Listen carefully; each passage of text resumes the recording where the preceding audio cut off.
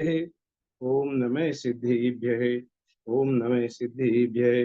ओकारं बिंदु संयुक्तं नित्यं ध्यायन्ति योगिनः। कामदं मोक्षदं चैव ओंकाराय नमो नमः। अविरल शब्द धनोघ प्रक्षालित सकल भूतल कलंका। मुनिभिर्पासित तीर्था सरस्वती हरतु नो दुरितान्। अज्ञानतिमिरान्धानां ज्ञानाञ्जनशलाकया चक्षुरुन्मिलितं येन तस्मै श्रीगुरुवे नमः। श्री परम गुरुवे नमः। परंपराचार्य श्री गुरुवे नमः।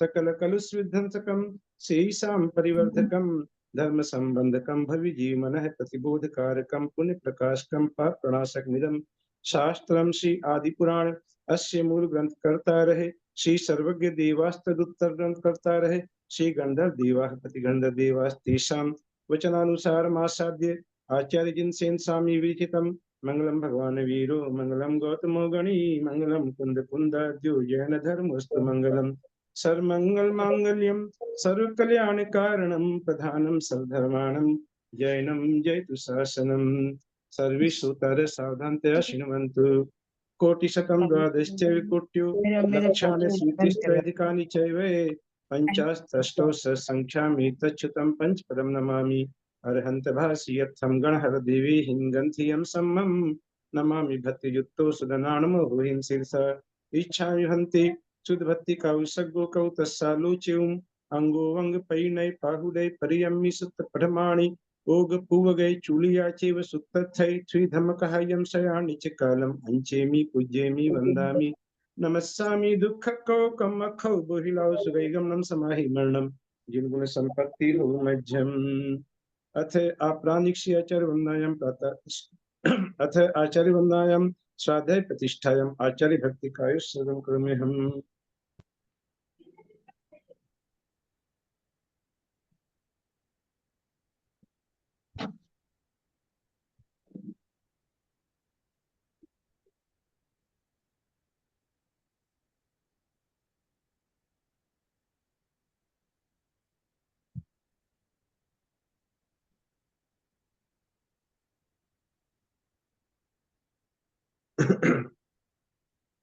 सुत जलधि पारगेभ्य सपरमत विभावना पटुमतिभ्य सुचरित तपो निभ्यो नमो गुरुभ्यो गुण गुरुभ्य 36 गुण समग्रे पंच विहाचार करण सुंदरी से शिष्यानुग्रह कुशले धम्मा गिरी सदा वंदे गुरु भक्ति संयमेन यतरन्ति संसार साइरम घोरम छिन्नन्ति अठकम्मं जम्मण मरणं न पावयन्ति ये नित्यं व्रतमन्त्र होम निरता ध्यानाग्निहोत्राकुलाय षट्कर्माभिरतास्तपो धंधना साधु प्रिया साधवे गुण प्रणाम चंद्राय तेजोधिका है मोक्ष द्वार कपाट पाटन भटा प्रीणंतु माम साधवे गुरुवे पांतु नो नित्यम ज्ञान दर्शन नायिका है चारित्राणो गंभीरा मोक्ष मार्गोपदेश का है इच्छाई भंति आयरी भक्ति कौ सगो कौ तस्सालोच्यं समनान समदन संचरितानम पंचविहाचाराणम आयरियाणम आयारादि सुदनानोदेशयाणम उज्जयाणम तिजन गुणपालन रयाणम सरसावहम निचकालम अंचेमी पूज्येमी वंदामि नमस्सामि दुःखकौ कमखौ बोहिलाउ सुगै गमनं समाहि मरणम जिन गुण संपत्ति हो मध्यम। जय बोलो देवाधिदेव आदिनाथ भगवान की जय। जय बोलो आचार्य जिनसेन स्वामी महाराज की जय। जय बोलो आचार्य कुंद कुंद स्वामी महाराज की जय। जय बोलो आचार्य गुरुवर विद्यासागर जी महाराज की जय। जय बोलो आचार्य गुरुवर संभव सागर जी महाराज की जय। जय बोलो आचार्य गुरुवर समय सागर जी महाराज की जय। जय बोलो आचार्य गुरुवर वर्धमान सागर जी महाराज की जय। सरस्वती नमस्तुभ्यं वरदे कामरूपिणी विद्यारंभं करिष्यामि सिद्धिर्भवतु मे सदा। बोलिए द्वादशांगिनी माता की जय। आदरणीय दीदी को प्रणाम, सभी श्रोताओं को जय जिनेन्द्र। सभी से क्षमा याचना करते हैं कि कई दिनों से मैं ज्वाइन नहीं कर पा रहा हूँ विशेष कार्यव्यस्तता कारण, उसके लिए मैं दुखी हूँ। और ये जानना चाहता हूँ कि कहाँ तक का स्वाध्याय हो चुका है, वाचना कहाँ तक की हो चुकी है? ऐसा अष्टम पर्व के ना 60 श्लोक हो गए हैं। 8वें पर्व के भी 7 श्लोक हो गए हैं। माने रिवीजन अपना काफी पीछे चल रहा है, इसका मतलब। कोई बात नहीं, हो जाएगा, कोई बात धीरे धीरे होगा। ठीक है, ठीक है, कोई बात नहीं। तो आज शुरू करते हैं और कल भी कोशिश करेंगे करने की। तो आज हम लोग 5वें पर्व में राजा महाबल की दरबार का वर्णन सबसे पहले पढ़ते हैं। राय दरबार, राजाओं की राय दरबार में किस प्रकार के उत्सव होते हैं और किस प्रकार की चर्चाएं होती हैं, ये हम लोग पढ़ने जा रहे हैं। हम लोग सभी जानते हैं कि राजा महाबल ये भगवान आदिनाथ की ही पूर्व जन्म की पर्याय में राजा महाबल थे। ये उनके 10वें भाव पूर्व की कथा चल रही है। तो राजा महाबल की सभा में उनकी जन्मगांठ का अर्थात उनके जन्मदिन का उत्सव हो रहा था। जो कि मंगल गीत, वादित्र तथा नृत्य आदि के आरंभ से भरा हुआ था। ये पेज नंबर 91 है। उस समय विद्याधरों के अधिपति राजा महाबल अर्थात ये बहुत ही प्रभुताशाली राजा थे। विद्याधरों के अधिपति कहा गया इन्हें। ये सिंहासन पर बैठे हुए थे। अनेक वारांगनाएं उन पर चमर ढोल रही थीं और अनेक राजाओं से घिरे हुए अनेक राजा महाबल को घेर कर बैठे हुए थे। उनसे घिरे हुए महाबल ऐसे शोभायमान हो रहे थे मानो पर्वतों से घिरा हुआ या उनके बीच में स्थित सुमेरु पर्वत ही हों। अर्थात राजा महाबल सुमेरु पर्वत की शोभा को धारण कर रहे थे और उनके जो चारों जो राजा घिरे हुए थे उन्हें, वे छोटे छोटे पर्वतों की शोभा को धारण कर रहे थे। इस प्रकार विस्तृत आकाश में जल काक के इधर उधर चलती हुई हंसों की पंक्ति शोभायमान होती है, उसी प्रकार राजा महाबल के विस्तीर्ण वक्षस्थल पर इंद्र नीलमणि से सहित मोतियों की कंठी शोभायमान हो रही थी। मंत्री, सेनापति, पुरोहित, सेठ और अन्य अनेक अधिकारी राजा महाबल को घेर कर बैठे हुए थे, जबकि उनके जन्मगांठ का उत्सव मनाया जा रहा है। बहुत से लोग वहां आए हैं और वे राजा, अब उनकी विशेषता का यहाँ पर बहुत ही सुंदर वर्णन किया है कि जब किसी बहुत बड़े आयोजन में अनेक अतिथि आते हैं, तो उन सभी अतिथियों को किस प्रकार अटेंड करना, जिससे कि कोई भी अतिथि अपने आप को उपेक्षित नहीं महसूस करे। बहुत जगह होता है कि बहुत बड़े-बड़े आयोजन, बहुत से लोगों को बुलाया जाता है, लेकिन बुला करके जो सामान्य लोग हैं, उनकी तरफ जो बुलाने वाले हैं, वो उनकी तरफ ताकते भी नहीं हैं और वे बहुत प्रभावशाली लोगों से घिरे रहते हैं, उनसे ही बातचीत आदि में मशगूल रहते हैं। सामान्य लोग उपेक्षा का अनुभव करते हैं अपने आप में। लेकिन यहाँ पर वे राजा क्या कर रहे हैं कि किसी के साथ हँसकर, किसी के साथ संभाषण कर, किसी को स्थान देकर अर्थात किसी के साथ हँसी लिया, हँसकर देख लिया तो वह कृतकृत्य हो गया कि हाँ, मेरी आवभगत अच्छे से हो गई। किसी के साथ थोड़ी-सी बातचीत कर लिया, संभाषण किया, किसी को स्थान देकर, किसी को दान देकर, किसी को सम्मान कर और किसी की ओर आदर सहित देखकर, ज़्यादा नहीं कर सकते अगर वहाँ हज़ारों लोग आए हुए हैं, किसको-किसको अटेंड करेंगे, तो आदर के साथ देख भर लिया कि हाँ, उसे यह महसूस हो गया कि राजा ने मेरी ओर देखा है, तो इस प्रकार वे सभी को संतुष्ट कर रहे थे। वे महाबल, संगीत और अनेक कलाओं के जानकार विद्वान पुरुषों की गोष्ठी का बार-बार अनुभव करते जाते थे। इसी बीच में सामंतों द्वारा भेजे हुए दूतों को द्वारपाल के हाथ बुलवाकर उनका बार-बार यथायोग्य सत्कार कर लेते थे।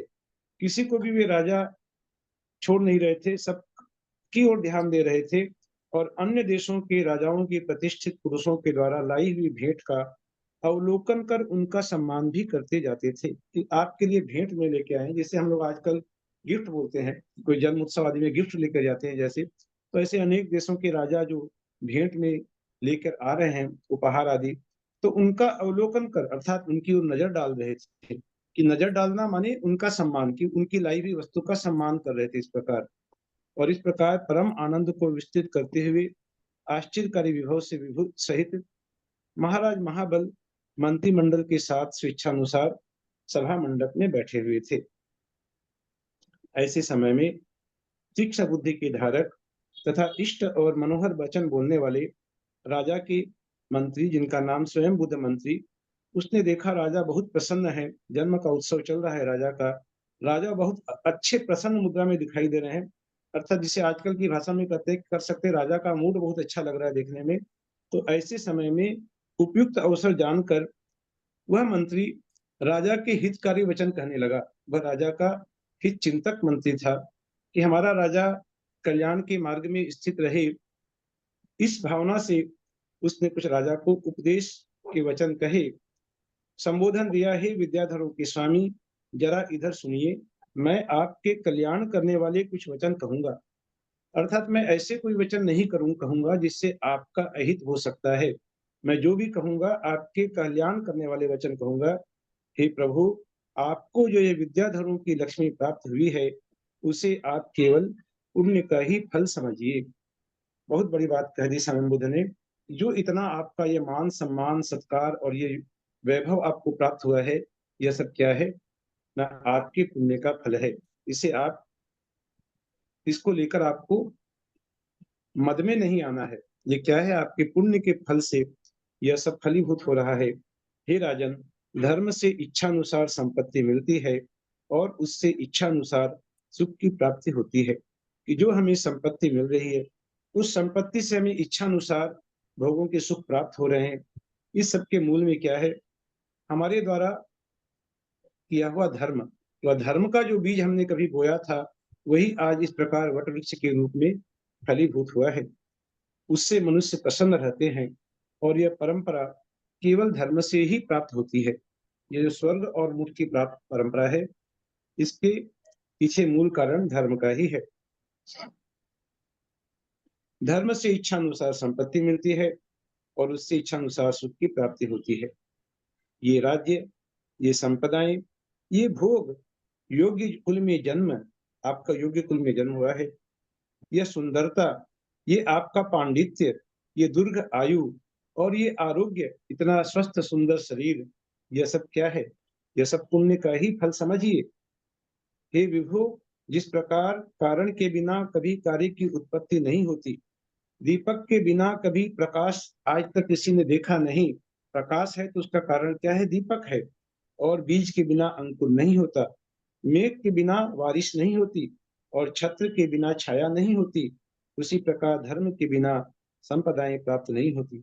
आज जो भी संपदाएं आपको प्राप्त हो रही है, आपने जो धर्म किया था, उसके कारण आपको जो पुण्य की प्राप्ति हुई है, यह सब उसी का कारण है। जिस प्रकार विष खाने से जीवन नहीं होता, ऊसर जमीन में अर्थात बंजर जमीन में धान्य धन आदि उत्पन्न नहीं हो सकते। अग्नि से आह्लाद उत्पन्न नहीं होता। अग्नि से तो क्या होगा? संताप ही उत्पन्न होता है, आह्लाद कभी उत्पन्न नहीं होता। उसी प्रकार अधर्म करके सुख की प्राप्ति नहीं होती। यदि हम अधर्म करें और सोचें कि हमें सुख मिलेगा, तो ऐसा संभव नहीं है। हे राजन, मैं इस समय उसी धर्म का विस्तार के साथ वर्णन करता हूँ, उसे आप सुनिए। अब धर्म की परिभाषा बता रहे हैं स्वयं बुद्ध मंत्री। बहुत ही सुनने लायक शब्द है। ये परिभाषा है कि धर्म आखिर है क्या? कि धर्म तो एक क्या लगता है? धर्म 2.5 अक्षर का एक शब्द है धर्म। अब ये धर्म क्या है? वास्तव में धर्म किसे कहते हैं? तो जिसका मूल दया हो और संपूर्ण प्राणियों पर अनुकंपा करना दया हो। अनुकंपा अर्थात किसी के दुख से दुखी होना। दुख किसी सामने वाले को हो रहा है, वह दुखी हो रहा है और उसके दुख से हम द्रवीभूत हो रहे हैं, हमारी आंखों से सही कर तरतर रहा आंसू है झड़ रहे हैं। और वो लगता है साईं वहां बारिश कर दी थोड़ी। हाँ जी, क्या कहा? दया और अनुकंपा में क्या डिफरेंस है भाई साहब? वही बता रहा हूं मैं कि अनुकंपा क्या है। कि दया तो है कि भाई आपको दया आई, आपने किसी को देखा, दया हुई। और एक अनुकंपा माने हुआ कि किसी के दुख सुखी होना। दया होने से भी और ऊपर ये चीज है कि किसी के दुख को अपना दुख लग रहा है, कि दुख उसको हो रहा है। हमारे शरीर में थर थर हमारा शरीर कांप रहा है उसके दुख को देख करके, हमारी आंखों से आंसू झर रहे हैं। तो वहां पर वह अनुकंपा का रूप ले लेती है। वो अनुकंपा है। यही मेरे ख्याल से यह है कि संपूर्ण प्राणियों पर अनुकंपा करना दया है। सभी प्राणियों पर जैसे कहा कि उसके दुख को अपना दुख समझना, उसके सुख को अपना सुख समझना, उसके सुख से प्रसन्न होना और दुख को देखकर दुखी होना, ऐसे अनुकंपा न करना, ये दया है।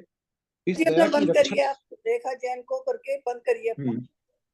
इस दया की रक्षा के लिए ही उत्तम क्षमा आदि शेष गुण कहे गए हैं। कि जो भी उत्तम क्षमा, मार्दव, आर्जव, सत्य, शौच, संयम आदि जो 10 लक्षण धर्म में जिनका हम पूजा करते हैं, पर्युषण पर्व जिसे कहते हैं, तो ये उत्तम क्षमा आदि शेष गुण जो है, ये सब क्या है? दया की रक्षा करने के लिए ये कहे गए हैं।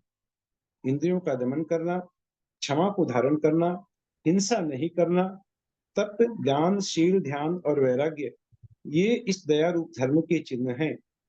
और अहिंसा, सत्य, आचौर्य, ब्रह्मचर्य और परिग्रह का त्याग करना, जो कि हम साधकों के लिए कहा गया है, हम लोग एक देश त्याग कर सकते हैं, तो ये त्याग करना ये सनातन धर्म कहलाते हैं। सनातन क्या है? सनातन धर्म क्या है? जो अनादिकाल से चला आया है वही सनातन है, कि जिसकी कोई ऐसी कोई व्याख्या नहीं मिल सकती है कि इस समय से ये धर्म आरंभ हुआ।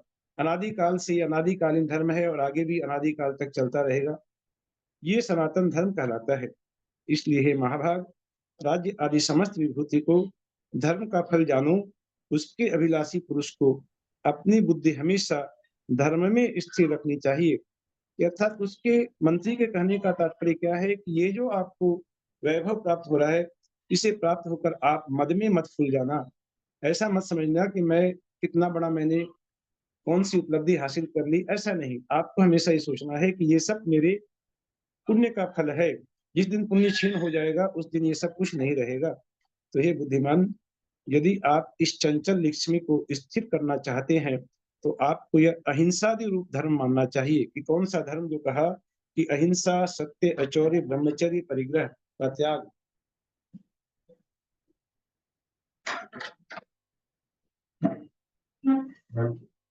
इस धर्म का आपको पालन करना चाहिए। इस प्रकार स्वामी का कल्याण कहने वाले हितकारी वचन स्वयं बुद्ध मुनि ने जब कहे, तब उसके वचनों को सुनने के लिए असमर्थ महामती नाम का दूसरा मिथ्या दृष्टि मंत्री नीचे लिखे अनुसार वचन बोलता है। अब वह क्या वचन बोलता है? उसने जब कहा राजा के हितकारी ऐसे वचन कहे, हम लोग पहले ही पढ़े थे कि राजा के 4 मंत्री थे, जिनमें एक महामती, एक संभिन्नमति और एक कोई मंत्री जो आगे नाम आएगा। तो ये महामती नाम का मंत्री खड़ा होता है और यह स्वयं बुद्ध के वचनों का खंडन करने की कोशिश करता है। कहता हुआ यह चार्वाक मत का पोषण करता हुआ जीव तत्व के विषय में दूषण देने लगा।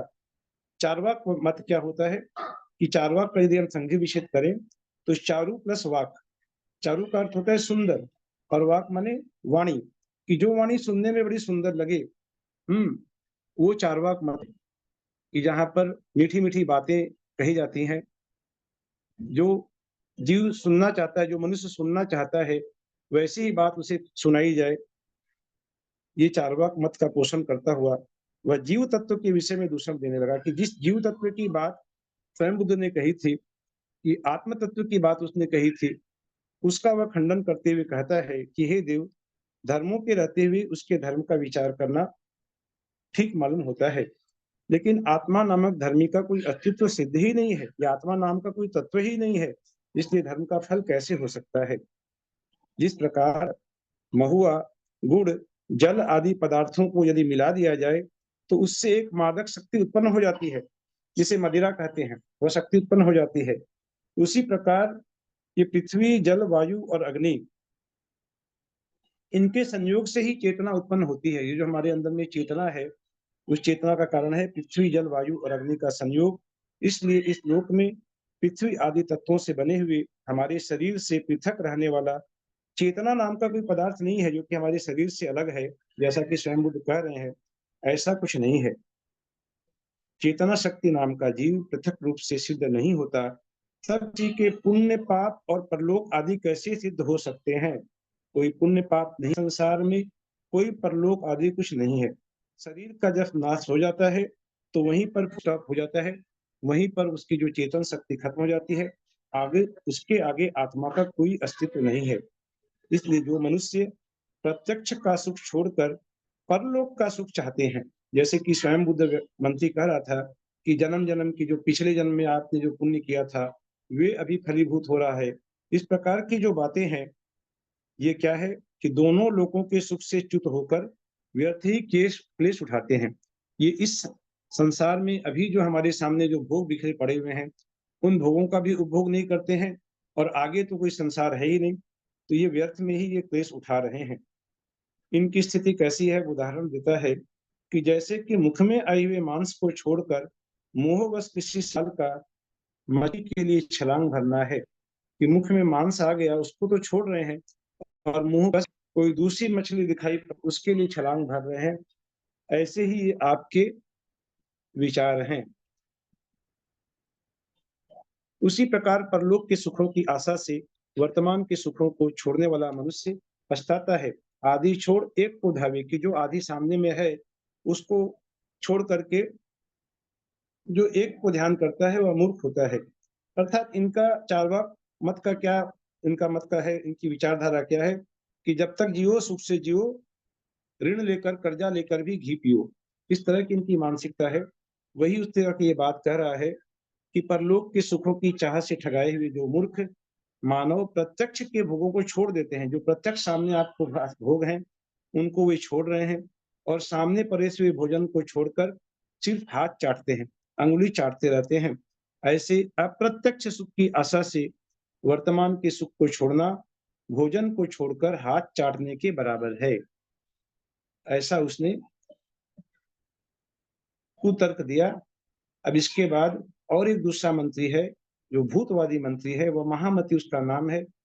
वह अपने पक्ष की युक्तियां देकर या महामती, हाँ, महामती मंत्री जो अभी तक ये कह रहा था, वह जब चुप हो गया तब वाद करने की खुजली से उत्पन्न हुए, पेज नंबर 94 देखिएगा, कि कुछ कुछ हास्य को धारण करने वाला संभिन्न मति मान का दूसरा मंत्री जिसको वाद करने की खुजली हो रही थी, वह मंत्री विज्ञानवाद का आश्रय लेकर जीव का अभाव सिद्ध करता हुआ नीचे लिखे हुए अनुसार अपने मत की सिद्धि करता है। कि पहले जो चार्वाक मत का था उसने सिद्धि किया कि जो अग्नि, पृथ्वी, वायु और जल, इसके संयोग से ही चेतना उत्पन्न होती है, बाकी और कोई चेतना नाम का, कोई जीव नाम का अलग से अस्तित्व नहीं है। तो अब ये विज्ञानवाद जो है यह भी जीव का अभाव सिद्ध करना चाह रहा है और वह अपने मत की सिद्धि करते हुए कहता है कि हे जीववादिन, हे जीववादिन अर्थात स्वयं बुद्ध को कहता है कि जीववादिन मतलब कि वो जीव तत्व का पोषण किया उसने, इसलिए उसको कहता है हे जीववादिन स्वयं बुद्ध, आपका कहा हुआ जीव नाम का कोई अलग से पदार्थ नहीं है, क्योंकि उसकी अलग उत्पत्ति नहीं होती। ये सारा संसार क्या है? यह विज्ञान मात्र है, क्योंकि यह संसार क्षणभंगुर है। जो क्षणभंगुर होते हैं ये सब ज्ञान के विकार होते हैं। ज्ञान के विकार नहीं होने से स्वतंत्र पृथक पदार्थ यदि होते तो नित्य होते, यदि स्वतंत्र पदार्थ होते तो नित्य होते। मतलब कि वो हमारा जैसा रूप जैसा अभी है वैसा का वैसा रूप ही 20, 30, 40, 50 साल के बाद होता, ये नित्य होता। लेकिन ऐसा नहीं है।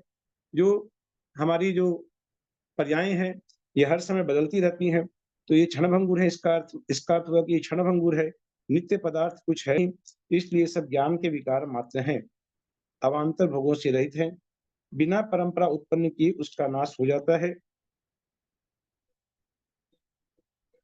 यह किसी अन्य ज्ञान के द्वारा यह ज्ञान न तो जाना जाता है और न किसी को जानता ही है। एक क्षण रहकर समूल नष्ट हो जाता है। अभी जो ज्ञान है वह अगले क्षण वह ज्ञान नहीं है, उसके अगले क्षण वह ज्ञान नहीं। इस प्रकार बराबर नए नए ज्ञान की उत्पत्ति होती जाती है। वह ज्ञान नष्ट होने के पहले ही अपनी सांवृतिक संतान छोड़ जाता है, जिससे पदार्थों का स्मरण रहता है। वह संतान अपनी संतानी ज्ञान से भिन्न नहीं है। इस प्रकार ये बहुत ही उसने कुछ गूढ़ बात कही और कहता है कि क्षणभंगुर पदार्थ में जो प्रत्यभिज्ञान ज्ञान आदि होता है वह वास्तविक नहीं है, यह भ्रांत है। उस विज्ञानवादी ने उदाहरण दिया नखों और केशों का, कि जिस प्रकार काटे जाने पर फिर से बड़े हुए नख और केश ये वे ही नख केश हैं, ऐसा हमें प्रत्यभिज्ञान ज्ञान, भ्रांत ज्ञान होता है कि हमने नखों को काट लिया और बाद में जो नए नख आए देखने में लगता है कि वही नख है, लेकिन नए नए नख आते जा रहे हैं, उनको हम काटते जाते हैं, केशों को और नखों को, लेकिन लगता है कि ये वही नख है, वही केश है। इस प्रकार का प्रत्यभिज्ञान ज्ञान भ्रांत होता है।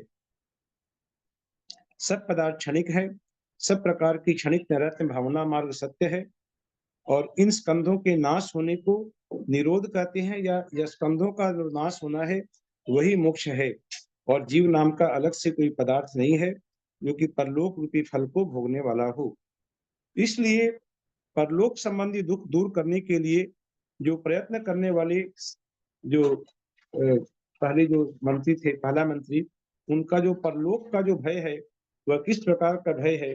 जैसे कि टिटहरी नाम की जो पक्षी है उसे अपने ऊपर आकाश को गिरने का हमेशा भय बना रहता है। टिटहरी को लगता है कि आकाश पूरा गिरकर मेरे ऊपर आ जाएगा, वह इस भय से भयभीत रहती है।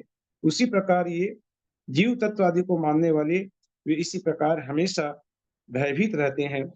ऐसा कुतर्क उस विज्ञानवादी ने जब दिया, उसने जब अपना अभिप्राय प्रकट किया, तब अंतिम मंत्री जो सतमती नाम का मंत्री है, वह शून्यवादी मंत्री था। वह शून्यवाद का अवलंबन लेकर कहता है, ये सारा संसार क्या है? शून्य रूप है। इसमें नर, पशु, पक्षी, घट, पट आदि का जो प्रतिभास होता है, जो हमें दिखाई पड़ते हैं कि ये नर हैं, ये पशु पक्षी हैं आदि जो दिखते हैं हमें, ये सब इंद्रजालियां हैं। जैसे इंद्रजाल के द्वारा बहुत कुछ जादू मंत्र आदि जो दिखाए जाते हैं, वैसे वे मिथ्या प्रतिभास हैं। ये सारा संसार मिथ्या है, तो तुम्हारा माना हुआ जीव कैसे सिद्ध हो सकता है? उसके अभाव में परलोक कैसे सिद्ध हो सकता है?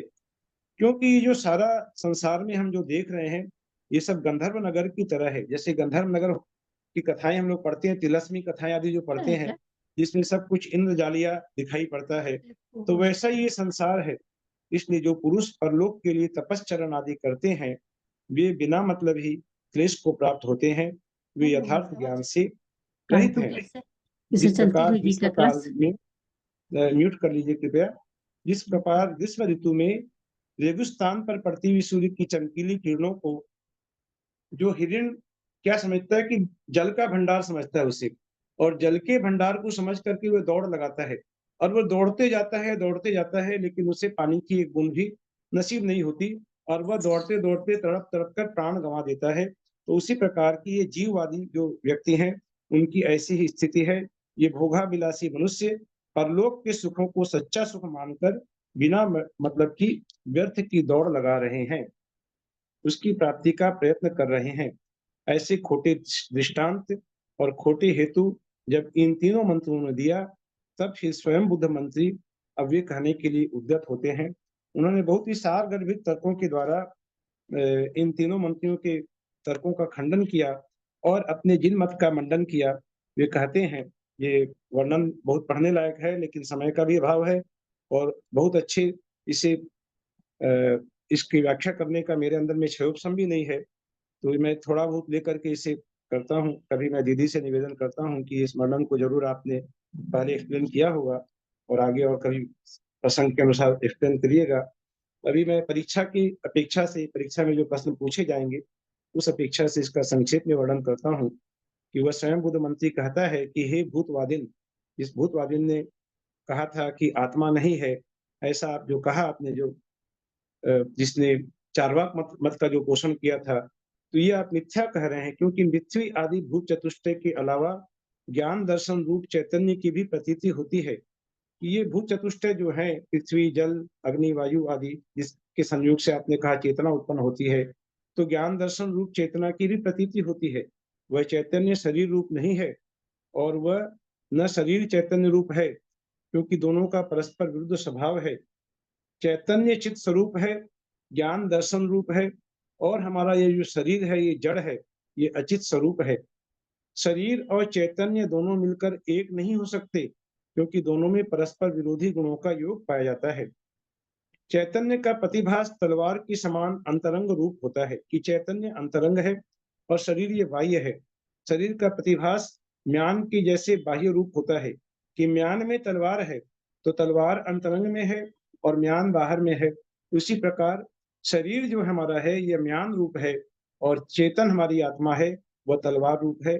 जिस प्रकार म्यान में तलवार रहती है, यहाँ म्यान और तलवार दोनों में अभेद नहीं होता, अर्थात भेद होता है। कहने का तात्पर्य कि म्यान अलग है, तलवार अलग है, अभेद नहीं होता, अर्थात दोनों में भेद होता है।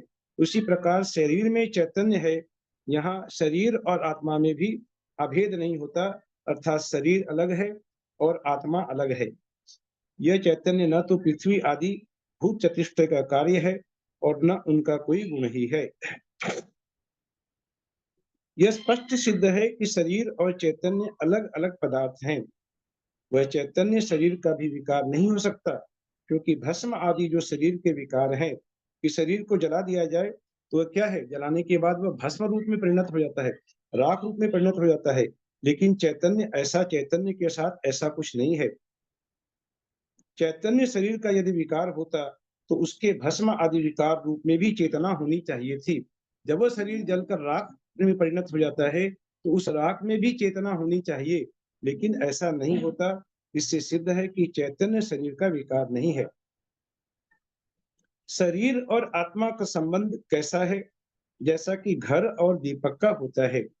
आधार और अधेय रूप होने से घर और दीपक जिस प्रकार अलग अलग सिद्ध पदार्थ हैं कि घर अलग है और दीपक अलग है, घर आधार है और दीपक अधेय है, उसी प्रकार शरीर और आत्मा भी पृथक सिद्ध पदार्थ हैं।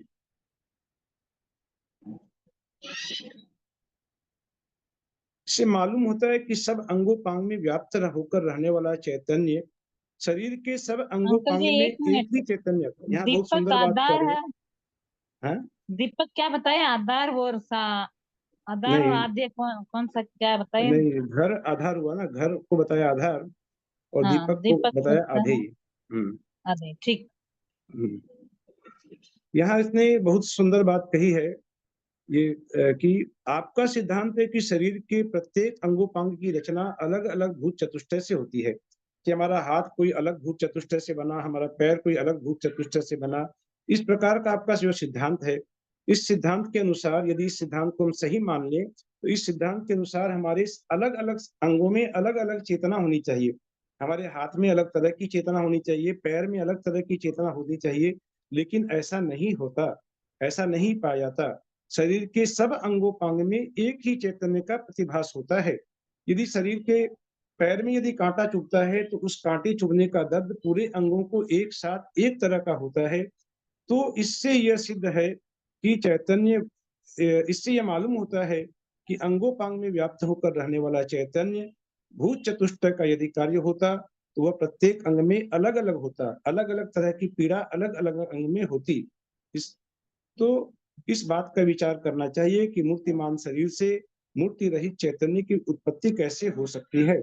आदि आदि इसने बहुत ही विस्तार से अनेक प्रकार के यहाँ पर तर्क दिए और ये भी कहा कि जीव यदि ये कहें हम कि जीव पहले नहीं था, शरीर के साथ ही उत्पन्न होता है, कि शरीर हमारा जब शरीर उत्पन्न हुआ उसके पहले जीव नहीं था, ऐसा यदि मान लेते हैं और शरीर के साथ ही हमारा जीव नष्ट हो जाता है, तो जल में जल के बबूले के समान है। जैसे जल का बबूला जल में उत्पन्न होकर उसी में नष्ट हो जाता है, वैसे ये जीव भी शरीर के साथ उत्पन्न होता है और शरीर के साथ नष्ट हो जाता है।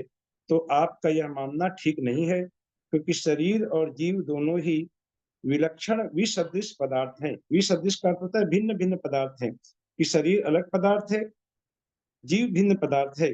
विसदृश पदार्थ से विसदृश पदार्थ की उत्पत्ति किसी भी तरह नहीं हो सकती। आपका कहना है कि शरीर से चैतन्य की उत्पत्ति होती है, तो हम आपसे पूछते हैं कि शरीर चैतन्य की उत्पत्ति में उपादान कारण है या सहकारी कारण है? उपादान कारण हो नहीं सकता, क्योंकि उपाधि चैतन्य से शरीर विजातीय पदार्थ है। यदि सहकारी कारण मान लेते हैं तो हमें यह भी इष्ट है, परंतु उपादान कारण की खोज फिर भी करनी चाहिए। कदाचित यह कहें कि सूक्ष्म रूप से परिणत भूत चतुष्टय का समुदाय ही उपादान कारण है, तो आपका यह कहना मिथ्या है, क्योंकि सूक्ष्म भूत चतुष्टय के संयोग द्वारा उत्पन्न हुए शरीर का यह चैतन्य पृथक ही प्रतिभाषित होता है। मदिरा के कारण जो गुण आदि हैं, जो गुण आदि बताया कि जिनके संयोग से एक मदिरा उत्पन्न होती है, नशा उत्पन्न होता है, वे जड़ और मूर्तिक हैं, तथा उनसे जो मादक शक्ति उत्पन्न होती है वह भी जड़ है, वह मूर्तिक है, अमूर्तिक नहीं है। वह मादक शक्ति अमूर्तिक नहीं है। कि मादक शक्ति का उदाहरण जो दिया उसने चार्वाक मत वाले ने, वो विषम है, क्योंकि विजातीय द्रव्य से विजातीय द्रव्य की उत्पत्ति आप सिद्ध करना चाह रहे हैं विजातीय द्रव्य से विजातीय द्रव्य की उत्पत्ति, और आप उदाहरण दे रहे हैं सजातीय द्रव्य से सजातीय द्रव्य की उत्पत्ति का। तो इस प्रकार उसने उसका ये खंडन किया और साथ ही कहते हैं कि जीव कोई भिन्न पदार्थ है, यह सिद्ध होता है और ज्ञान उसका लक्षण है। जैसे इस वर्तमान शरीर में जीव का अस्तित्व है, उसी प्रकार इसके पिछले और आगे के शरीर में भी जीव का अस्तित्व सिद्ध होता है। ऐसा नहीं है कि वर्तमान में ही यह जीव है, यह इसके पिछले अनेक शरीरों में इस जीव का अस्तित्व था और आगे भी रहेगा। उसका कार्य है कि वर्तमान शरीर में स्थित आत्मा की जो दुग्धपान आदि क्रियाएं देखी जाती हैं, ये सब पूर्व भव का संस्कार ही है। कि जो शिशु उत्पन्न होता है और उत्पन्न होते ही वह दुग्धपान उसे कोई सिखाता नहीं, वह अपने आप सीख जाता है माता का दुग्धपान आदि। तो ये सब पूर्व भव के ही संस्कार हैं।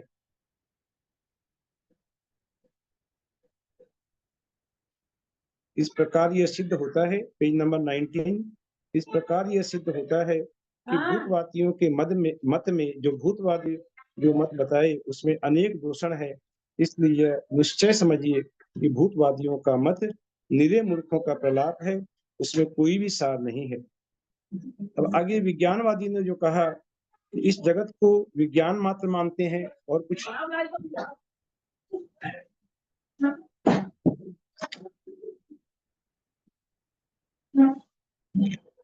इस संसार को विज्ञान मात्र मानते हैं, विज्ञान से अतिरिक्त किसी पदार्थ का सद्भाव नहीं मानते। विज्ञान से ही विज्ञान की सिद्धि नहीं हो सकती, क्योंकि आपके मत के अनुसार साध्य साधन दोनों एक हो जाते हैं, विज्ञान ही साध्य हो जाता है। यदि वाक्यों का प्रयोग नहीं किया जाए तो किसी भी पदार्थ की सिद्धि नहीं होगी और उस अवस्था में संसार का व्यवहार बंद हो जाएगा। यदि ये वाक्य ज्ञान विज्ञान से भिन्न है, वाक्यों का प्रयोग रहते हुए विज्ञानाद्वैत सिद्ध नहीं हो सकता। यदि यह कहो कि वाक्य भी विज्ञान ही है, तो हे मूर्ख बता कि तूने यह संसार विज्ञान मात्र है, इस विज्ञानाद्वैत की सिद्धि किसके द्वारा की। इसके सिवाय एक बात यह भी विचारणीय है कि तू विज्ञान को ही मानता है, तब ग्राह्य आदि का भेद व्यवहार किस प्रकार सिद्ध हो सकेगा। विज्ञान पदार्थों को जानता है, इसलिए ग्राहक कहलाता है और पदार्थ ग्राही कहलाते हैं। ज्ञान का प्रतिभास घटपट आदि विषयों के आकार से शून्य नहीं होता, अर्थात घटपट आदि विषयों के रहते हुए ज्ञान उन्हें जान सकता है। इस प्रकार यदि ज्ञान को मानते हैं तो उसके विषयभूत पदार्थों को भी मानना चाहिए। हम पूछते हैं कि आपके मत में एक विज्ञान से दूसरे विज्ञान का ग्रहण होता है अथवा नहीं। यदि होता है तो आपके माने हुए विज्ञान में निरालंबता का अभाव हुआ, अर्थात वह विज्ञान निरालंब नहीं रहा, अर्थात एक ज्ञान से दूसरे ज्ञान से तीसरा ज्ञान यह जो उत्पन्न होता है, तो ज्ञान किसी न किसी के आलंबन में है, निरालंब यह ज्ञान नहीं है। उसने द्वितीय विज्ञान को जाना, इसलिए उन दोनों ने ग्राह्य ग्राहक भाव सिद्ध हो गया, जो कि विज्ञानाद्वैत का आपका जो मत है उसका बाधक है। यदि यह संसार केवल विज्ञान में ही है तो फिर समस्त वाक्य और ज्ञान मिथ्या हो जाएंगे, क्योंकि जब बाह्य घटपट पदार्थ ही नहीं है तो ये वाक्य और ज्ञान सत्य है, तथा यह सत्य असत्य व्यवस्था कैसे हो सकेगी। इसलिए आपका यह विज्ञान अद्वैतवाद केवल बालकों की बोली के समान सुनने में ही मधुर लगता है, सुनने में ही मनोहर लगता है, लेकिन इसकी वास्तविकता कुछ भी नहीं है। ऐसा उन्होंने उसके मतों की धज्जियां उड़ाई, उसका जोरदार खंडन किया और अपने मत का जिन मत का उसने परचम लहराया। अब आगे विज्ञानवाद का खंडन करके स्वयं बुद्ध जो मंत्री है वह शून्यवादी मंत्री का खंडन करने के लिए तत्पर होते हैं कि आपके शून्यवाद में भी शून्यवाद को प्रतिपादन करने वाले वचन और उनसे उत्पन्न होने वाला ज्ञान है या नहीं। इस प्रकार दो विकल्प होते हैं। यदि आप इन विकल्पों के उत्तर में ये कहें कि हाँ, शून्यत्व को प्रतिपादन करने वाले वचन और ज्ञान दोनों ही है, तो खेद के साथ कहना पड़ता है कि आप जीत लिए गए, क्योंकि वाक्य और विज्ञान की तरह आपको सब पदार्थ मानने पड़ेंगे।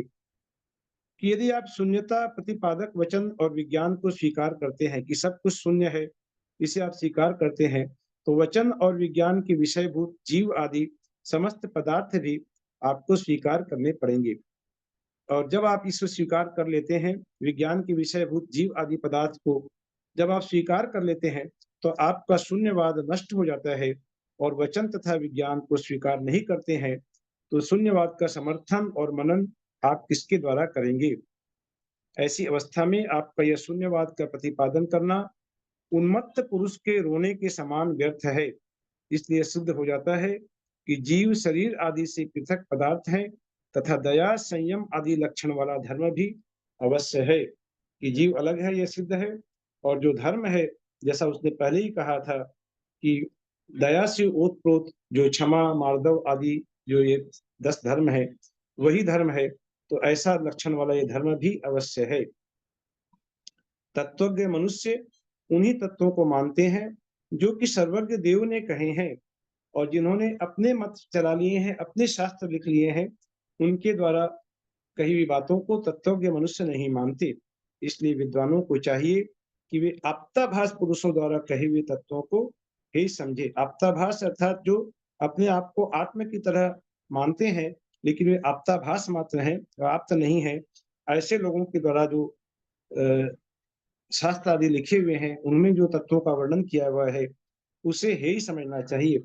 इस प्रकार स्वयं बुद्ध मंत्री के वचनों से वह सारी सभा अत्यंत संतुष्ट हुई, संशय रहित हो गई, और सभा ने आत्मा का पृथक अस्तित्व सर्वसम्मति के साथ स्वीकार किया। और सभा के अधिपति राजा महाबल भी, जिनके जन्म का उत्सव मनाया जा रहा था, और जन्म उत्सव भी उस समय किस प्रकार का मनाया जाता था कि जन्म उत्सव में इस प्रकार धर्म चर्चाएं होती थी राज दरबार में। तो उस धर्म चर्चा को सुनकर राजा महाबल अति प्रसन्न हुए। वे परवादी रूपी वृक्ष स्वयं बुद्ध मंत्री के वचन रूपी वज्र के कठोर पहाड़ से शीघ्र ही वे तीनों जो मिथ्यावादी मंत्री थे, वे म्लान हो गए। इसके अनंतर जब सारी सभा शांत भाव से चुपचाप बैठ गई, तब स्वयं बुद्ध मंत्री दृष्ट, श्रुत और अनुभूत पदार्थ से संबंध रखने वाली कथा कहने लगे। अब ये बहुत सुंदर आगे कथा सुनाते हैं, जो कि दृष्ट देखी गई, श्रुत अर्थात सुनी गई, और अनुभूत अर्थात अनुभव में लाई हुई जो कथा स्वयं बुद्ध मंत्री के अनुभव में जो आई थी, वे कथा वे कह रहे हैं। और इस कथा को सुनाने का तात्पर्य यह है कि उन्होंने जो जीव तत्व की व्याख्या की, और जीव तत्व के विरोधी जो मंत्री हैं, उनके मतों का जो खंडन किया, तो वह अपने राजा को उस मत में, जिन मत में बिल्कुल स्थिर कर देना चाहता था, जिससे कि वह जिन मत से हमारा राजा कहीं भी चलायमान नहीं हो पाए, इस मंशा से वह 3 कथाओं को कहता है। और वह कहता है, महाराज मैं एक कथा कहता हूँ, पेज नंबर 101 में देखिएगा लास्ट पैराग्राफ, कि मैं कथा कहता हूँ, उसे आप सुनिए। कुछ समय पहले आपके वंश में चूड़ामणि के समान एक अरविंद नाम का विद्याधर हुआ था। जैसे अभी विद्याधरों के अधिपति महाराज महाबल हैं, वैसे ही उनके पूर्व वंश में कोई चूड़ामणि के समान अरविंद नाम के राजा थे, जो कि अपने पुण्य के उदय से अहंकारी शत्रुओं की भुजाओं का गर्व दूर करते हुए इस अलका नाम की नगरी पर शासन करता था।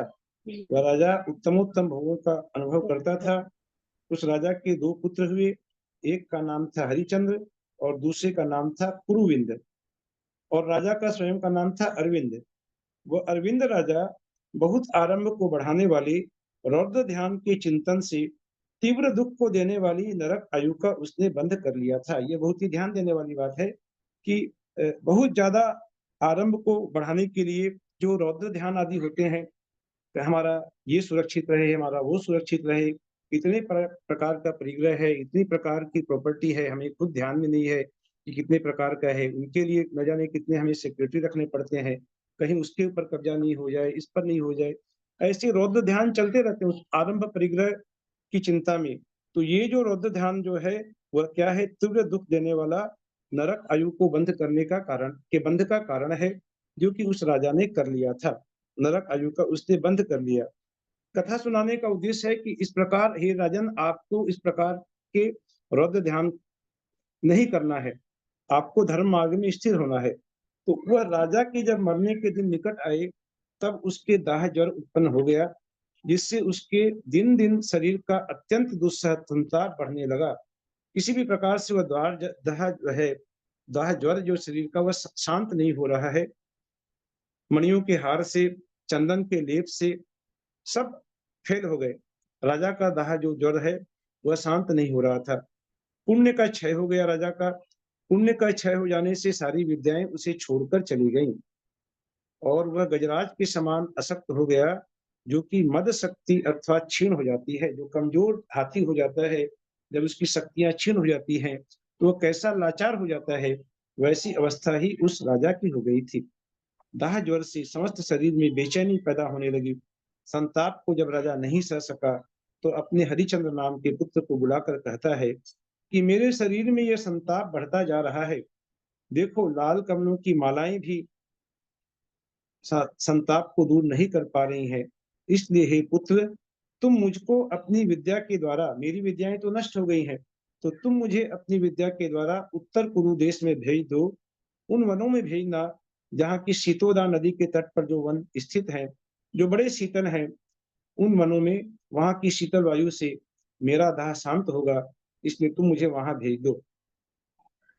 पिता के वचन को सुनकर हरिचंद्र ने अपनी आकाशगामी विद्या भेजी, लेकिन चूंकि राजा अरविंद का पुण्य बिल्कुल क्षीण हो चुका था, वह विद्या राजा का उपकार नहीं कर सकी। राजा उस उत्तर पूर्व देश की ओर नहीं जा सका। जब आकाशगामी विद्या असफल हो गई, तो पुत्र समझ गया कि हमारे पिता की बीमारी अब ला इलाज है, उसका कोई इलाज नहीं हो सकता। यह जानकर वह पुत्र बहुत उदास हुआ, किम कंपट कर्तव्य विमूढ़ हो गया कि अब क्या करें क्या नहीं करें, अब कुछ समझ में नहीं आ रहा है। उसी समय में क्या हुआ कि दो छिपकलियां आपस में लड़ रही थीं। लड़ते लड़ते एक की पूंछ कट गई और पूंछ कटने से कुछ खून की बूंदें राजा के शरीर पर आकर टपक गईं। उन खून की बूंदों से राजा का शरीर ठंडा हो गया। दाह जल की जो व्यथा थी, पीड़ा थी, वह शांत हो गई। पाप के उदय से राजा बहुत संतुष्ट हुआ, अर्थात उसके पाप का उदय अभी और तीव्र होने वाला है। तो ऐसे जो पाप का उदय से जो खून की बूंद टपकी, राजा को बड़ा संतोष हुआ और उसने ये माना कि दया योग से आज तो मुझे बड़ी अच्छी औषधि प्राप्त हुई है, जिससे आज मेरा दाह ज्वर शांत हुआ है। अपने पुत्र को फिर बुलाकर कहता है कि हे पुत्र, मेरे लिए खून से भरी हुई एक बावड़ी बनवा दे। ये जो खून की बूंदें मुझे तपकी हैं, इससे मुझे इतनी शांति मिली है, तो तू खून से भरी बावड़ी बना दे तो मेरा कल्याण है। राजा अरविंद को विभंगावधि ज्ञान था, जो कि खोटा अवधि होता है, विभंगावधि ज्ञान वह था। विचार कर बोला,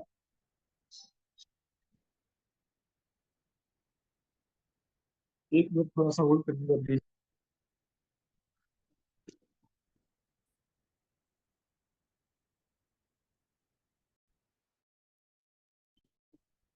हेलो। भाई साहब, विज्ञापन ज्ञान, ये मिथ्या ज्ञान हुआ ना, विभंगावधि ज्ञान।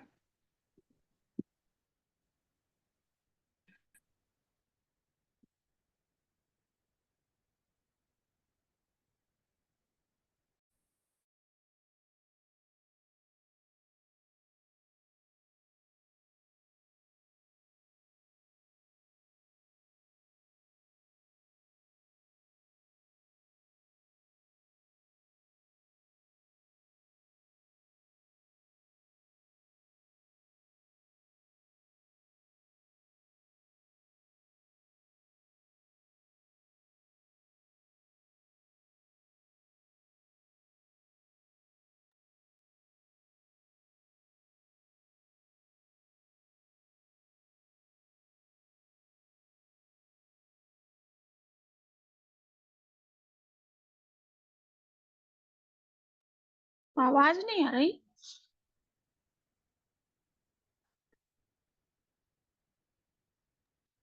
आवाज नहीं आ रही है।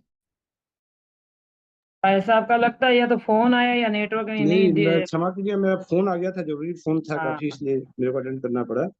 तो विभंगावधि ज्ञान को अवधि ज्ञान होता है। तो विभंगावधि ज्ञान से वह बोला कि इस समीप में जो जंगल है, वहाँ अनेक प्रकार के हिरण रहते हैं, मृग रहते हैं। तो तू एक काम कर, उन हिरणों को मार कर उनके खून से बावड़ी बना दे, जिससे कि उसमें स्नान करके मेरे दाह शांत हो जाए। तो पुत्र पाप से बहुत डरता था। पिता के ऐसे वचनों को सुनकर, पिता के वचनों को काटने की भी उस क्षमता नहीं थी, अवज्ञा भी नहीं कर सकता था।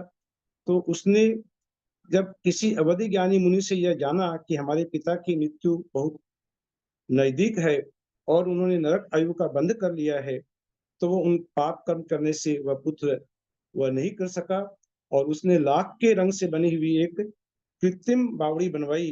कृत्रिम रक्त की, जो देखने में रक्त के समान लगता है, उसकी बावड़ी बनवाई।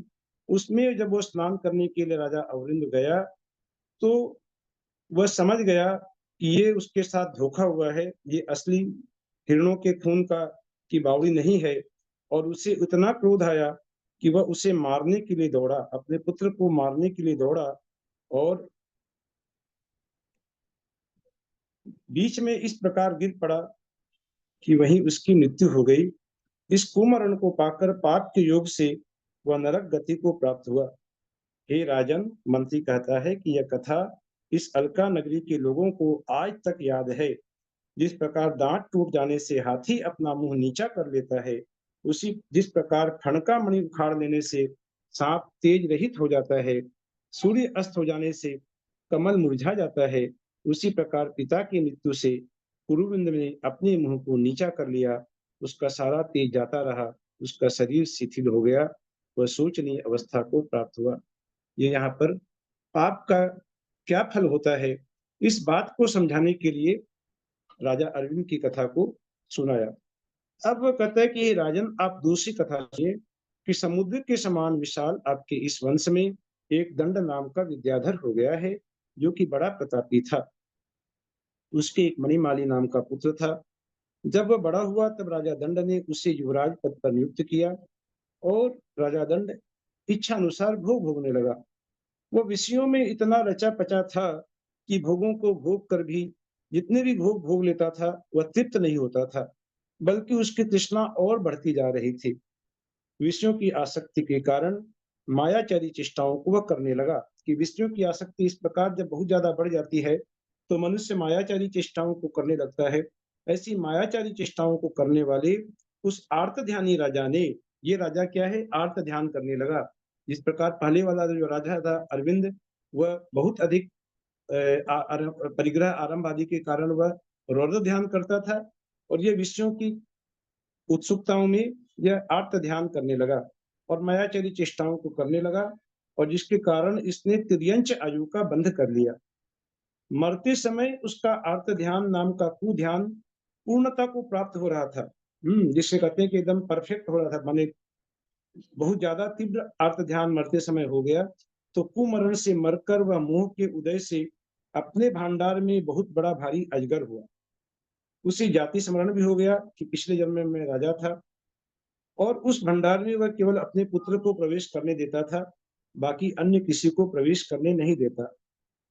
जब अवधि ज्ञानी मुनिराज से राजा मणिमाली ने यह जाना कि हमारे पिता ही अजगर हुए हैं यहाँ पर, और वे यहाँ पर मोहवश किसी को आने नहीं देते, तो उस अजगर को मणिमाली उपदेश के रूप में संबोधित करने की उसने संबोधित करते हुए ये वचन कहने लगा। उसे संबोधित किया अजगर को कि हे पिता, तुमने धन बुद्धि आदि में अत्यंत ममत्व और विषयों में अत्यंत आसक्ति की थी। इसी दोष से इस समय इस कुयोनि में तुम आकर पड़े हो, सत पर्याय में आकर पड़े हो। ये विषय रूपी आमिष अत्यंत कटुक हैं, दुर्जर हैं।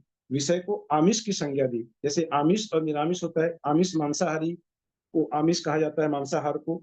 ये विषय क्या है, मांसाहार के समान है, आमिष है, और ये अत्यंत कटुक है और किंपाक फल के समान है। किंपाक फल अर्थात जो खाने में बड़े मधुर लगते हैं, लेकिन जिससे मनुष्य मृत्यु को प्राप्त हो जाता है, ऐसे किंपाक फल के समान ये विषय है।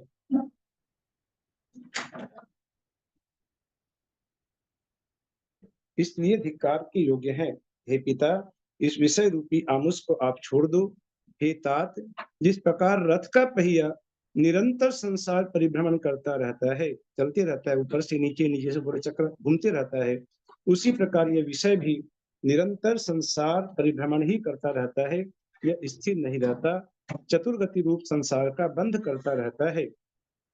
ये विषय शिकारी के गाने के समान है, जो पहले मनुष्य रूपी हरिणों को ठगने के लिए उसे विश्वास दिलाते हैं और बाद में भयंकर हो जाते हैं। जब हिरण उसके जाल में फंस जाता है तब ये भयंकर हो जाते हैं। जिस प्रकार तांबूल, तांबूल का अर्थ होता है पान, चूना, खैर, सुपारी का संयोग पाकर राग लालिमा, लालिमा बहुत बढ़ जाती है, राग रूपी लालिमा बढ़ती है, उसी प्रकार ये विषय भी स्त्री पुरुष पुत्र आदि का संयोग पाकर राग को अर्थात स्नेह को बढ़ाते हैं और बढ़ते हुए अंधकार के समान समीचीन मार्ग को रोक देते हैं। जिस प्रकार जैन मत मतांतरों का खंडन कर देता है, उसी प्रकार ये विषय भी पिता गुरु आदि के हित उपदेश रूपी मतों का खंडन कर देते हैं। कितने भी हमने शास्त्रों में कितनी भी अच्छी अच्छी बातें पढ़ी, जहाँ विषयों में चित्त आसक्त होने लगता है, वहां पर वह सब कुछ भूल जाता है, वे सारे मत उसके खंडित हो जाते हैं। ये बिजली की चमक के समान चंचल हैं और इंद्रधनुष के समान विचित्र हैं। इंद्रधनुष कभी किस रंग में तो कभी किस रंग में दिखाई पड़ते रहता है। तो अधिक कहने से क्या लाभ है, देखो विषयों में उत्पन्न हुआ यह विषय सुख इस जीव को संसार रूपी अटवी में घुमाता है। जो इस विषय रस की आसक्ति से विमुख रहकर अपने आत्मा को अपने आप में स्थिर रखते हैं, ऐसे मुनियों के समूह को नमस्कार हो। यहाँ पर मुनियों के समूह को नमस्कार हो कहा कि क्योंकि वे अपनी आत्मा को स्थिर रखते हैं और विषयों की आसक्ति से विमुख रहते हैं। और राजा मणिमाली ने विषयों की नंदा की। इस प्रकार राजा मणिमाली ने, जो उस राजा का पुत्र था जो कि अजगर बन गया, उसे वह संबोधित कर रहा है, धर्म का उपदेश दे रहा है वहां। उसने उपदेश देते हुए राजा मणिमाली ने विषयों की निंदा की। तदनंतर अपने पुत्र के धर्म वाक्य रूपी इन वचनों को सुनकर अजगर का संपूर्ण मोह रूपी गाढ़ अंधकार नष्ट हो गया। उस अजगर को अपने पिछले जीवन पर भारी पश्चाताप हुआ और उसने धर्म रूपी औषधि ग्रहण की। जो धर्म रूपी औषधि उसके पुत्र ने, पूर्व भाव के पुत्र ने जो उसे बताई सुनाई, उस धर्म रूपी औषधि को ग्रहण कर महाविष के समान भयंकर विषयों की आसक्ति को उसने अजगर पर्याय में आकर छोड़ा। मनुष्य पर्याय में नहीं छोड़ सका, लेकिन अजगर पर्याय में अपने ही पुत्र के वचनों को सुनकर इन विषयों की आसक्ति को उसने छोड़ दिया। उसने संसार से भयभीत होकर आहार पानी का त्याग कर दिया, यहाँ तक कि शरीर से भी ममत्व का त्याग कर दिया। और उसके प्रभाव से वह आयु के अंत में शरीर त्याग कर बड़ी भारी रिद्धि का धारक हुआ, देव हुआ। उस देव ने अवधि ज्ञान के द्वारा अपने प्रभावों को जानकर मणिमाली के पास आकर अपने पुत्र मणिमाली, जिसने उसका इतना बड़ा उपकार किया था, उसे धर्म का जो उपदेश दिया था, उस मणिमाली के पास वह देव आकर उसका बहुत सत्कार करता है और उसे प्रकाशमान मणियों से शोभायमान एक मणियों का हार भी दिया। रत्नों की किरणों रत्नों की किरणों से शोभायमान तथा लक्ष्मी के हास के समान निर्मल वह हार आज भी आपके कंठ में दिखाई दे रहा है। उसने वहां पर दिखा दिया कि यह जो आपके कंठ में मणियों से चमकता हुआ जो हार शोभायमान हो रहा है, वह उस राजा का दिया हुआ हार है, राजा मणिमाली, जो कि आपके पूर्वज थे। जिस राजा मणिमाली ने अपने पिता को अजगर की पर्याय में, अपने पिता के जीव को अजगर की पर्याय में संबोधित किया था, और उस अजगर के जीव ने जब वह देव पर्याय में हुआ और आकर अपने पुत्र का इस प्रकार सम्मान किया, उसे जो हार दिया, वही हार परंपरा से आज आपके गले में शोभायमान हो रहा है। हे राजन, इसके सिवाय एक और भी वृत्तांत है जो कि मैं ज्यों का त्यों अर्थात एज इट इज कहता हूँ कि उस वृत्तांत को देखने वाले कितने ही युद्ध विद्याधर आज भी विद्यमान हैं, जिन्होंने इस वृत्तांत को देखा सुना है कि आपके ही दादाजी हो चुके थे। अब वे माने पीढ़ियां नजदीक आ रही हैं। पहले बहुत ज्यादा पीढ़ी की बात कही उसने, जो अरविंद विद्याधर की, फिर उससे थोड़ी नजदीक अभी इसकी बात कही, जो दंड नामक विद्याधर की कथा सुनाई। अब सतबल की कथा सुनाता है, जो कि उनके दादा ही थे, महाबल के दादा सतबल। उन्होंने अपने मनोहर गुणों के द्वारा सुयोग्य वे गुणों से प्रजा को हमेशा युक्त करते थे। उन भाग्यशाली सतबल ने चिरकाल तक राज्य भोग कर आपके पिता के लिए राज्य का भार सौंप दिया और वे सतबल महाराज स्वयं भोगों से निष्क्रिय हो गए। उन्होंने सम्यक दर्शन से पवित्र होकर सावक के व्रतों को अंगीकार किया और विशुद्ध परिणामों से देव आयु का बंध किया। उन्होंने उपवास, अवमोदर्य आदि सत प्रवृत्ति को धारण कर उपवास किया। अवमोदर्य आदि भूख से जो कम खाना जो तप है, जो 12 तपों में एक कहलाता है अवमोदर्य की भूख से कुछ कम खाना, तो वे अवमोदर्य तप करते थे, उपवास तप करते थे आदि आदि। इनके द्वारा सत प्रवृत्ति को धारण आयु के अंत में यथा योग्य रीति से समाधि पूर्वक उन्होंने मरण किया, अर्थात राजा सतबल ने मरण किया और शरीर को छोड़ा, जिससे वे महेंद्र स्वर्ग में बड़ी बड़ी रिद्धियों के धारक श्रेष्ठ देव हुए। वहां वे अणिमा महिमा आदि गुणों से सहित थे तथा 7 सागर प्रमाण उनकी स्थिति थी, उनकी आयु थी। किसी एक दिन आप सुमेरु पर्वत के नंदनवन में क्रीड़ा करने के लिए मेरे साथ ही गए हुए थे। वह मंत्री अपने राजा को ये याद दिला रहा है कि सुमेरु पर्वत के नंदनवन में क्रीड़ा करने के लिए हम और आप गए थे और वहां पर भी आया था। वह देव की आपके दादा सतबल का जीव था। वह भी देव आया था। आपको देखकर बड़े के साथ उस देव ने क्या उपदेश दिया, उसे आप थोड़ा याद करने की कोशिश करें कि क्या उपदेश दिया था कि हे कुमार, यह जैन धर्म ही उत्तम धर्म है, यही स्वर्ग आदि अभ्युदयों की प्राप्ति का साधन है, इसे तुम कभी नहीं भूलना। ये गांठ बांध के रखना कि जो जैन धर्म है, इस जैन धर्म से ही हमें स्वर्ग और मोक्ष आदि के सुख प्राप्त हो सकते हैं, अन्य किसी उपाय से नहीं। इस बात को उस देव ने आपको कहा था। यह कहकर स्वयं बुद्ध कहने लगा कि अब इसके बाद की जो आगे की जो वह कथा कह रहा है वो हम लोग अगली रिवीजन में लेंगे। आज 145 श्लोक तक का ही था, जहां तक का कि मैंने वर्णन किया। तो ये जो कथाएं सुनाई स्वयं बुद्ध मंत्री ने कि इन कथाओं के माध्यम से वह पुण्य और पाप का साक्षात फल को प्रकाशित करने की कोशिश कर रहा था कि जो राजा रौद्र ध्यानी आर्त ध्यानी थे वे मरकर नरक गति में गए। रौद्र ध्यान से वह नरक में गया और आर्त ध्यान से वह तिर्यंच गति में गया।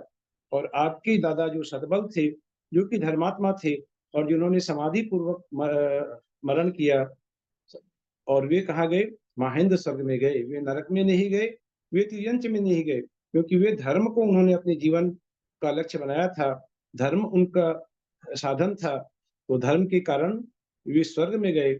और उन्होंने आकर आपको संबोधन दिया था सुमेरु पर्वत के उस नंदनवन में कि इस धर्म को कभी मत भूलना। जिन धर्म का, जिनेंद्र भगवान का कहा हुआ जो धर्म है, उसे ही सदा धर्म में स्मरण रखना, यही हमारे सुख का एकमात्र कारण है। ऐसा कहकर उसने अपने राजा को धर्म मार्ग में अच्छी तरह से उसका स्थितिकरण करने का उस मंत्री ने प्रयास किया। यहाँ तक हम लोगों ने पढ़ा। अब इसके आगे हम लोग और पढ़ेंगे। और आगे वह स्वयं बुद्ध मंत्री सुमेरु पर्वत पर भी जाता है और सुमेरु पर्वत की शोभा का बहुत ही सुंदर वर्णन इस ग्रंथ के माध्यम से हमें पढ़ने को मिला है, जो कि सबने पढ़ा होगा। इसका भी हम लोग आगे की क्लास में रिवीजन करेंगे। आज के लिए इतना ही। और बीच में जो चार्वाक मत आदि, जो विज्ञानवादी का मत, शून्यवादी का मत आदि जो था, वो बहुत गूढ़ विषय है। उस मत को विश्लेषण करने के लिए बहुत अधिक समय भी चाहिए और बहुत अधिक ज्ञान की क्षयोपम चाहिए, जो कि मैं, जिसके लिए मैं अपने आप को योग्य नहीं मानता हूँ। मैंने पहले भी कह दिया था, तो जहाँ तक हो सका मैंने उसको एक्सप्लेन किया। और आगे कभी समय मिलेगा तो ललिता दीदी से हम लोग इसके बारे में और नहीं, जानने की ललिता कोशिश दीदी करेंगे। ने पढ़ाते समय भी ये समझाए थे हमको, हाँ हाँ समझाए थे हाँ वाचन जरूर, के हाँ समय। समझा, हाँ जरूर समझाया होगा कि योग, इसके समझाने के लिए बहुत ज्यादा समय चाहिए। एक एक शब्द को जोड़ दे करके जब पढ़ेंगे तब वो बात समझ में आती है और उसके बाद समझाई जा सकती है। तो आज समय की कमी थी, तो आज के लिए इतना ही। जब लोग जिनवानी माता की जय हो। भाई साहब कल भी रिवीजन करेंगे क्या? हाँ, कल मैं कोशिश करूंगा करने की। यदर्थमात्रा तद्वाक्यहीनं मया प्रमादादि किञ्चनोक्तं तन्मे क्षमित्वा विदधातु देवी सरस्वती केवलबोधलब्धिं। बुद्धि समाधि परिणाम शुद्धि स्वात्मोपलब्धि श्री सौख्य सिद्धि चिंतामणिं चिंतित वस्तुदाने मध्यमानस्य ममास्तु देवी। जावाणी के ज्ञान ते सुझे लोकालोक सोवाणी मस्तक नमो सदा देत हो धो। हे जिनवाणी भारती तू ही जपो दिन रैन जो तेरा शरणागहि सो पावे सुखैन। देव अनंत को गुरु से हो निर्ग्रंथ दयात्म पाशाई की जय कर।